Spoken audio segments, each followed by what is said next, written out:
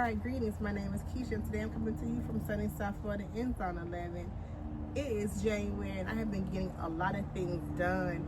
Depending on which videos you see first, I have been updating my orchard for the past about 3 weeks now. I cleaned the ground, which it now has more leaves on the ground, but I cleaned the ground. I finally got rid of that table that was right here. I've stacked up my 2 compost bins. And I have up-potted many of my plants, including my pomegranate and my mango. And I've put in an olive tree that I had from the front. I put it into a container. And my raspberry now has a container as well. So today I want to mulch everything back here. I have not mulched my fruit trees. I also want to top off a little bit of fertilizer into my trees as well. So let's get started. In the garden we breathe all the flowers in line. Sunshine woman cause so. And hopefully this spring I have some fruit. Okay, put that in there.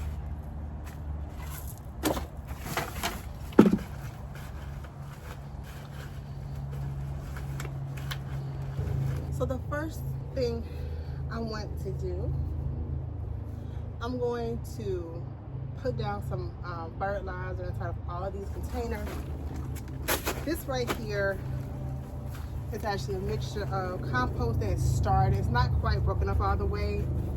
I'm gonna go ahead and put this on top of my plants as well. It will help with some of the weeds that I'm having issues with coming on, that I keep pulling out and they keep deciding they want to come back. Okay, so I'm gonna take some of this out. This is some cardboard that's not all the way broken up. A little bit of dirt in here.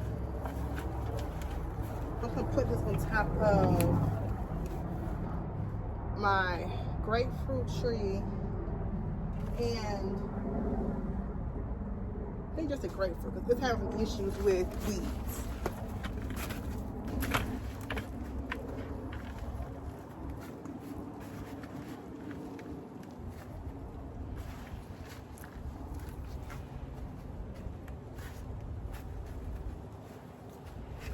Okay, you don't want to do it too thick because you will end up killing your plant.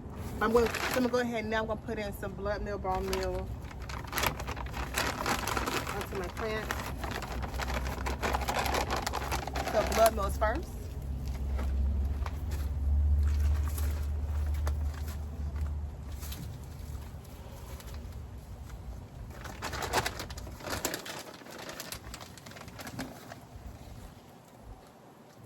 Blood meal is a 1300, so this is good for nitrogen. Nitrogen is what gives you nice green leaves, so that is on there.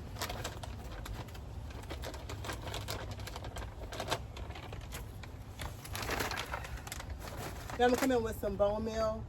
Bone meal helps to promote blooms as well as roots.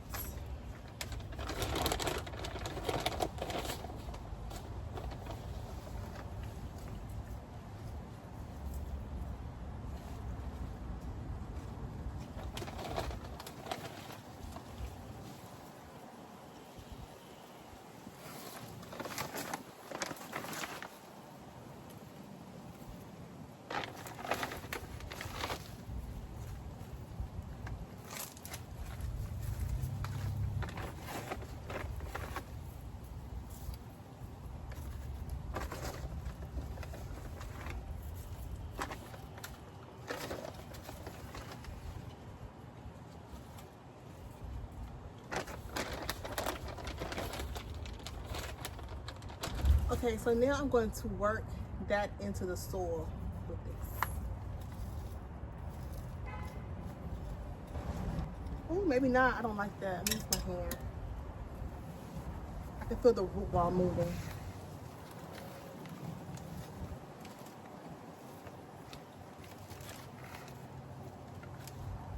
Just like that. You want to work into the first few inches of the soil.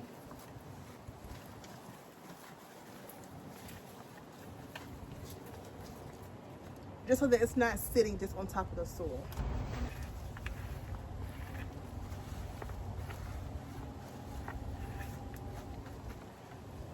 Now, typically, you need to then go back and water this into your plants. However, I have a sprinkler system that's going to go off tonight.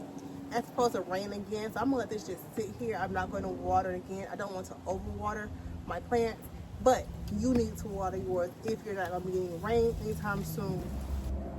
Also, if it's really hot outside, you can go ahead and water because it's going to evaporate. Right now, it's cool out here. It's in the low 50s. So I don't want to make it wet and then soggy and then have all kind of like fungus and issues and kill off my plants.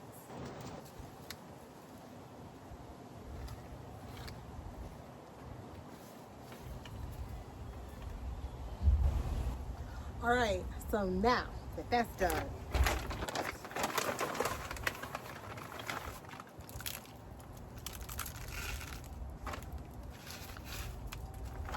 okay, now last thing, I'm gonna throw some tomato tone on here because I have some left. I don't have any like regular all-purpose fertilizer. They're pretty much all the same. I'll put a little bit in here. Again, just work it into your soil.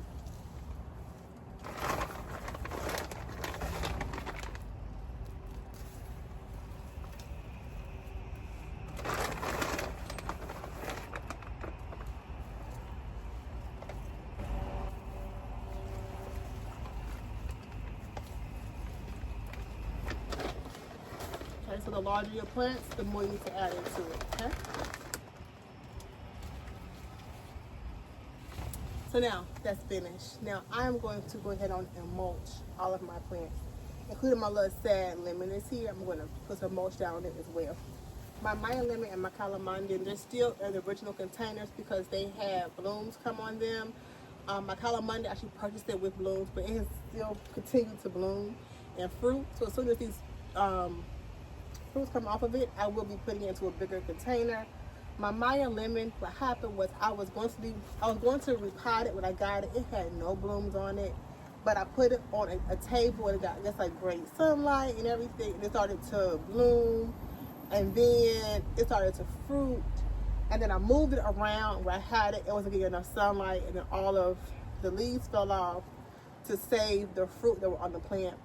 So that's why it looks what it does, but it is still growing. It's getting new shoots, it has new leaves are coming on it, and the fruit is still there, so it is still alive.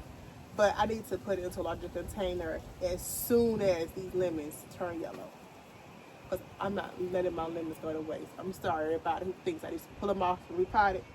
I ain't doing it. Let's go on and mulch this. I want to get rid of this bag. I'm trying to clean up back here, so little things like this are just still kind of in the way.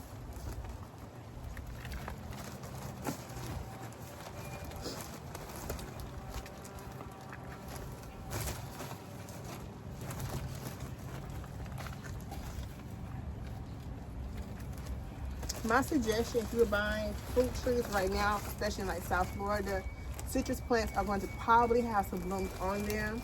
I'm gonna say just leave it in the container that it comes in. Put it in an area in your yard and just let it just see how it does in that area. And then if it's happy, you can leave it there. If it's not happy, move it somewhere else and keep moving it until you find its happy place. This lemon tree might end up back onto my table just because it seems to be the most happy on the table. Don't really know why, but that's where it was the happiest. Another thing, as you're mulching your fruit trees, do not put the mulch right up on the base. I have this on here because I do not have like the white paint to put on my tree or anything like that. I do want to treat my trunks at some point, just so that it helps with like sun scald and damage to my tree. Also, don't heavily mulch them, but mulch them.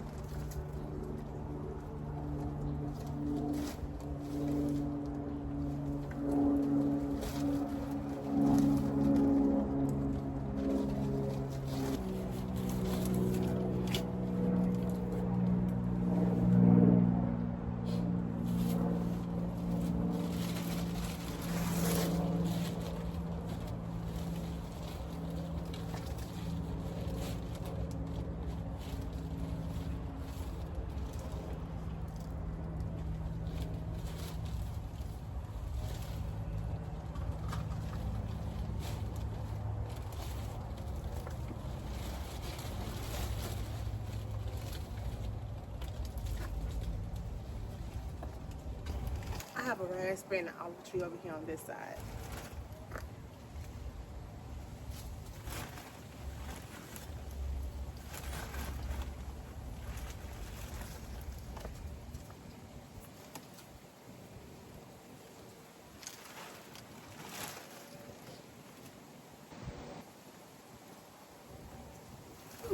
Okay, so like that, you all, I have mulched all of my trees. I have put down fertilizer on all of my trees, worked it into the soil, and like that, I am done.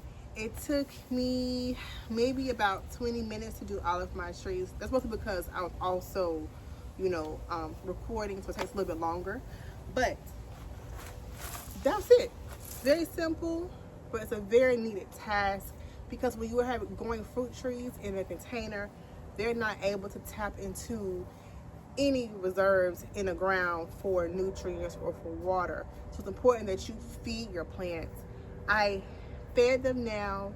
I will probably come back and feed them again just because I know that things will wash out of your containers. Nutrients wash out of your containers. They also get used up by your plants. So I'm going to have to actually fertilize my plants multiple times a year.